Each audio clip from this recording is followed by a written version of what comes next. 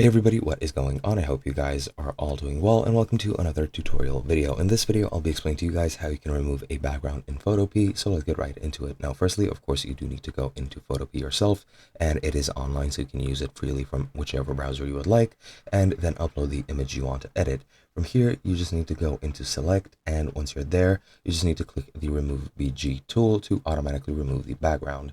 Now, as you can see, this is an image of a corgi, and this is the image after the tool has been used. And now, of course, the edges won't be very smooth, and they won't be exactly how you might want them to be. It depends on what it detects as a background to the image or what it detects as the foreground, and the results might differ. Some things you might need to remove manually, but remove BG just generally works for backgrounds where they are fairly obvious.